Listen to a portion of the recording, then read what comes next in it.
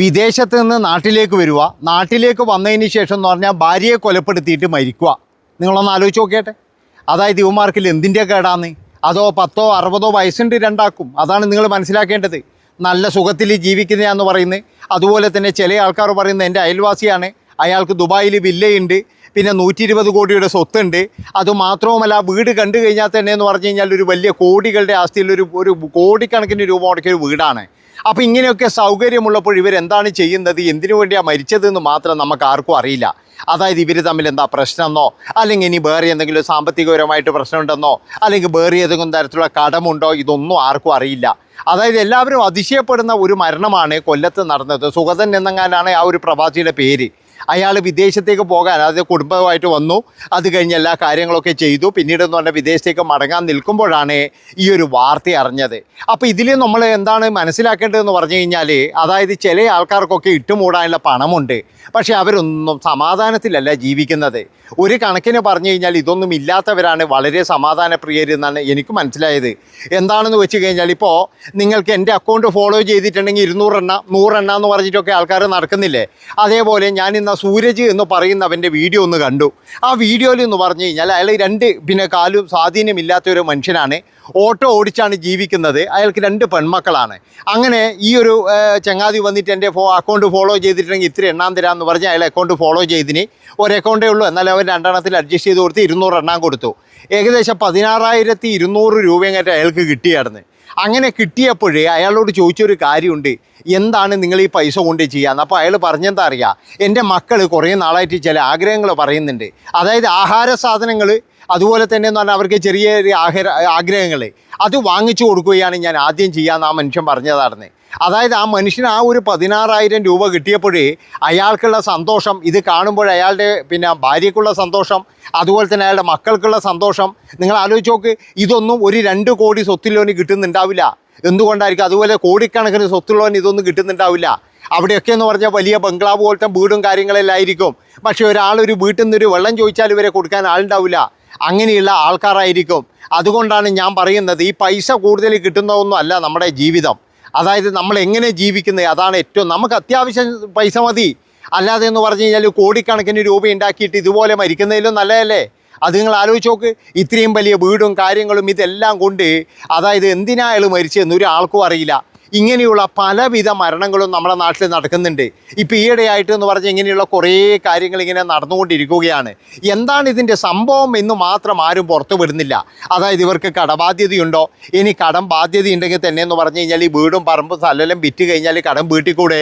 അപ്പോഴൊക്കെ എന്ന് പറഞ്ഞു കഴിഞ്ഞാൽ ഇവർക്ക് വരുന്നൊരു സംഭവമുണ്ട്. എന്താണെന്നറിയാം, അതായത് അയ്യോ നാളെ ആൾക്കാർ എന്തു പറയും, ഇതൊക്കെ വിറ്റുപോയി കഴിഞ്ഞാലോ പൊളിഞ്ഞു എന്ന് വിചാരിക്കില്ലേ എന്നുള്ള തരത്തിലുള്ള ഒരു മാനസികാവസ്ഥ ഇപ്പോൾ തന്നെ നിങ്ങൾ ആലോചിച്ചിട്ടുണ്ടോ അതറിയില്ല. ഒരുപാട് പേര് ഇപ്പോൾ രക്ഷപ്പെട്ടിട്ടുണ്ട് ഈ ഗ്യാസ് ക്ഷാമം കൊണ്ട്. എന്താ കാരണം എന്നറിയാം, അതായത് ഒരുപാട് മുതലാളിമാർ ഹോട്ടലിൽ നടത്തിയ നഷ്ടത്തിലായിട്ട് ഇത് പൂട്ടൽ എങ്ങനെയാണെന്ന് വിചാരിച്ച് നിൽക്കുമ്പോഴാണ് ഗ്യാസിൻ്റെ ക്ഷാമം വന്നത്.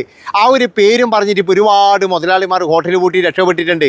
അതേപോലെ തന്നെയാണ് അതായത് ഇവർക്കൊക്കെയുള്ള സാമ്പത്തിക ബുദ്ധിമുട്ടുകൾ നമ്മൾ ആരും അറിയുന്നില്ല. അവർക്കൊക്കെ നല്ല രീതിയിൽ സാമ്പത്തിക ബുദ്ധിമുട്ടുണ്ടാകാം. അതായത് ബംഗ്ലാവും കാര്യങ്ങളും ഒക്കെ ഉണ്ടാകും. അതിനനുസരിച്ച് എന്ന് പറഞ്ഞു കഴിഞ്ഞാൽ ലോണും കാര്യങ്ങളും ഇതൊക്കെ ഉണ്ടാകും. ഇതൊന്നും ഒരു മനുഷ്യനോട് അവർക്ക് പറയാൻ കഴിയില്ല. ഓരോ നിമിഷവും എന്ന് പറഞ്ഞു കഴിഞ്ഞാൽ അവരുടെയൊക്കെ ജീവിതം എന്ന് പറഞ്ഞു കഴിഞ്ഞാൽ എന്താ പറയേണ്ടത്, വേറൊരു തലത്തിലേക്ക് പോവുകയാണ്. അപ്പോൾ അങ്ങനെ ചില ആൾക്കാർ മരിക്കാൻ വേണ്ടിയിട്ട് കേരളത്തിലേക്ക് വരുന്നൊരു കാഴ്ചയാണ് നമ്മൾ കാണുന്നത്. ഒരു 2 ആഴ്ച മുമ്പാണെന്ന് എനിക്ക് തോന്നുന്നത്. അതായത് നമ്മളെ ഇലക്ഷൻ്റെ ആ ടൈമിന് നടന്ന ഒരു സംഭവമുണ്ട്. 2 സഹോദരിമാർ ഇവിടെ വരുന്നു, അമേരിക്കയിൽ നിന്നാണ് വരുന്നത്. ആഡംബര ജീവിതം നയിക്കുന്നവരാണ്. അവിടെ നിന്ന് ഇങ്ങോട്ട് വന്നിട്ട് ഇവിടുന്ന് നേരെ അവർ 2 പേരും ക്രിസ്ത്യനാണ്. അവർ 2 പേരും സന്ദർശിച്ചത് മൊത്തം എന്ന് പറഞ്ഞാൽ അമ്പലങ്ങളാണ്. അപ്പോൾ അങ്ങനെ സന്ദർശിച്ചു. പിന്നീടെന്ന് പറഞ്ഞു കഴിഞ്ഞാൽ അവർ മരിക്കുകയും ചെയ്തു. എന്താ കാരണം എന്താണെന്ന് ഇതുവരെ പുറത്തു വിട്ടിട്ടില്ല. അതായത് എന്താണ് അവരുടെ മനസ്സിലുണ്ടായിരുന്നത്, അവരെന്തുകൊണ്ടാണ് ഇങ്ങനെ മരിച്ചത്? അതുകൊണ്ടാണ് ഞാൻ പറയുന്നത്, അതായത് മരിക്കാനായിട്ട് വിദേശത്ത് നിന്ന് ഇങ്ങോട്ട് വരുന്നവരെ ഒന്ന് സൂക്ഷിക്കുക തന്നെ വേണം. ഇവരൊക്കെ എന്ന് പറഞ്ഞു കഴിഞ്ഞാൽ പൈസയുടെ എന്തെങ്കിലും ഒരു ടൈറ്റ് വരുമ്പോഴോ അല്ലെങ്കിൽ വേറെ തരത്തിൽ എന്തെങ്കിലും ഒരു വിഷമം വരുമ്പോഴാണ് ഇവർ ഏതെങ്കിലും ഒരു ജ്യോതിഷനെയോ, നമുക്കറിയാലോ ഇന്ന് ഒരുപാട് ആൾക്കാരെന്ന് പറഞ്ഞാൽ ജ്യോതിഷത്തിൻ്റെ പുറകെയാണ്. അതായത് എല്ലാം എന്ന് പറഞ്ഞാൽ ആപ്പിലൂടെ നിങ്ങൾക്ക് കല്യാണം കഴിക്കുന്ന ഇതറിയാം, അതുപോലെ നിങ്ങൾ മരിക്കുന്ന ഡേറ്റ് അറിയാം, പിന്നെ എന്ന് പറഞ്ഞാൽ നിങ്ങൾ എന്താ പറയുക നിങ്ങൾ പണക്കാരാകുന്ന ഡേറ്റ് അറിയാം, അതുപോലെ തന്നെ നിങ്ങൾക്ക് ലോട്ടറി അടിക്കുന്ന ഡേറ്റ് അറിയാം, വീട് വെക്കുന്ന ഡേറ്റ് അറിയാം. ഇങ്ങനെയൊക്കെ പറഞ്ഞിട്ട് ഒരുപാട് ആൾക്കാർ ഇപ്പോൾ ഈ ആപ്പിൻ്റെ പ്രൊമോഷൻ്റെ പുറകെയുണ്ട്. അതായത് ഇതിലൊക്കെ എന്തെങ്കിലും ഒരു ഗുണമുണ്ടോ? അങ്ങനെ ഗുണമുണ്ടെങ്കിൽ ഈ ആപ്പ് ഇറക്കുന്നവൻ ഈ ആപ്പ് ഇറക്കാൻ നിൽക്കോ? ഓൻ ആ ഗുണം തേടി കണ്ടുപിടിച്ചോൻ പോവില്ലേ? അതുകൊണ്ടാണ് ഞാൻ പറയുന്നത് ഇതിൻ്റെയൊക്കെ പിന്നിൽ ചിലപ്പോഴെന്ന് പറഞ്ഞു കഴിഞ്ഞാൽ ഏതെങ്കിലും തരത്തിലുള്ള ജ്യോതിഷ്യമോ അല്ലെങ്കിൽ അന്ധവിശ്വാസമോ പിന്നെ ഏതെങ്കിലും തരത്തിൽ പൂജകളോ ഇതൊക്കെ ഉണ്ടാകാം. അതുകൊണ്ട് നമ്മളൊക്കെ എന്ന് പറഞ്ഞു കഴിഞ്ഞാൽ നോക്കുമ്പോൾ ഇതാ 2 പേര് അങ്ങോട്ടും ഇങ്ങോട്ടും എന്താ ഭാര്യനെ കൊലപ്പെടുത്തിയിട്ട് മറ്റേ ജീവനൊടുക്കി, അതുപോലെ തന്നെ 2 സഹോദരിമാർ വന്നു, ഒരു സഹോദരിനെ തള്ളിയിട്ടു, അല്ലെങ്കിൽ 2 പേരും ചേർന്നിട്ടെങ്കിൽ ചാടി 2 പേരും മരിച്ചു. ഇതൊക്കെ നമുക്കൊരു വാർത്ത മാത്രമാകുന്നു. ഇനിയിപ്പോഴും നമുക്കൊരു അടുത്ത ഒരു വാർത്ത വരുന്നത് വരെ ഇതിങ്ങനെ ഉണ്ടാകും നമുക്കെല്ലാവർക്കും. അങ്ങനെ ആ ഒരു വാർത്തയും വരും, അത് കഴിഞ്ഞതിന് ശേഷം അത് മറക്കും. നമ്മളിങ്ങനെ മറക്കുക മാത്രമാണ് ചെയ്യുന്നത്. പക്ഷേ ഇതിൻ്റെ പുറകിൽ എന്താണ്? പിന്നെ വേറൊരു കാര്യം പറയാനുള്ളത്, മിക്ക കുടുംബക്കാരെന്ന് പറഞ്ഞു കഴിഞ്ഞാൽ ഇതിൻ്റെ പുറകിലുള്ള യഥാർത്ഥ സംഭവം പുറത്തുവിടത്തില്ല.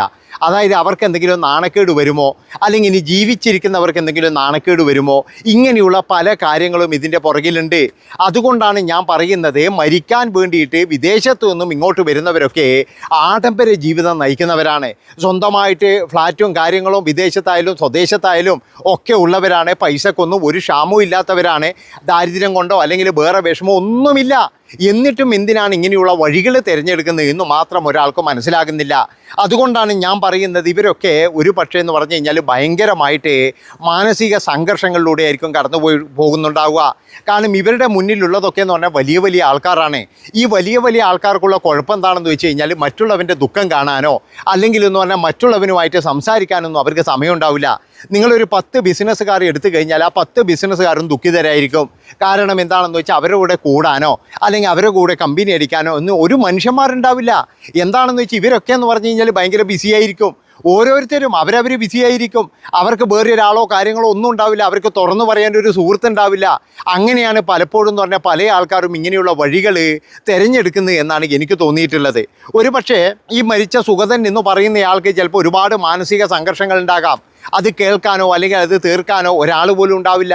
ചിലപ്പോഴെന്ന് പറഞ്ഞാൽ സ്വന്തം ഭാര്യ വരെ എന്ന് പറഞ്ഞു കഴിഞ്ഞാൽ ഇയാളെ കേൾക്കാനുണ്ടാവില്ല. അങ്ങനെയുള്ള ഒരു അവസരത്തിലായിരിക്കും. അല്ലാതെ വേറെ എന്തിൻ്റെ കേടാന്ന്? അത് രാവിലെ തിരിച്ചു പോകുന്നതെന്ന് പറയുന്നത്, തലേന്ന് എന്ന് പറഞ്ഞു കഴിഞ്ഞാൽ എല്ലാ ഈ കാര്യങ്ങളൊക്കെ സെറ്റാക്കുന്നത്, പിറ്റേന്ന് രാവിലെ നോക്കുമ്പോഴാണ് ഈ ഒരു വലിയ സംഭവങ്ങൾ നാട്ടുകാരെല്ലാം അറിയുന്നത്. അതായത് അയാൾ ഭാര്യയെ കൊലപ്പെടുത്തിയിരിക്കുന്നത്, അയാൾ ജീവൻ ഒടുക്കിയിരിക്കുന്നത്, അയാൾക്ക് എൻ്റെ പ്രാന്താന്ന് എല്ലാവരും ചോദിക്കുന്നത്. അതായത് ഇഷ്ടംപോലെ ഇട്ട് മൂടാനുള്ള സ്വത്തില്ലേ, അത് വിറ്റാൽ തീരാതെ അത്ര കടങ്ങളുണ്ടോ ഒരു മനുഷ്യന് എന്നൊക്കെയാണ് എല്ലാവരും ചോദിക്കുന്നത്. പക്ഷേ ഇതിൻ്റെ പുറകിലെന്ന് പറഞ്ഞാൽ പൈസയോ കാര്യങ്ങളോ ഒന്നുമല്ല.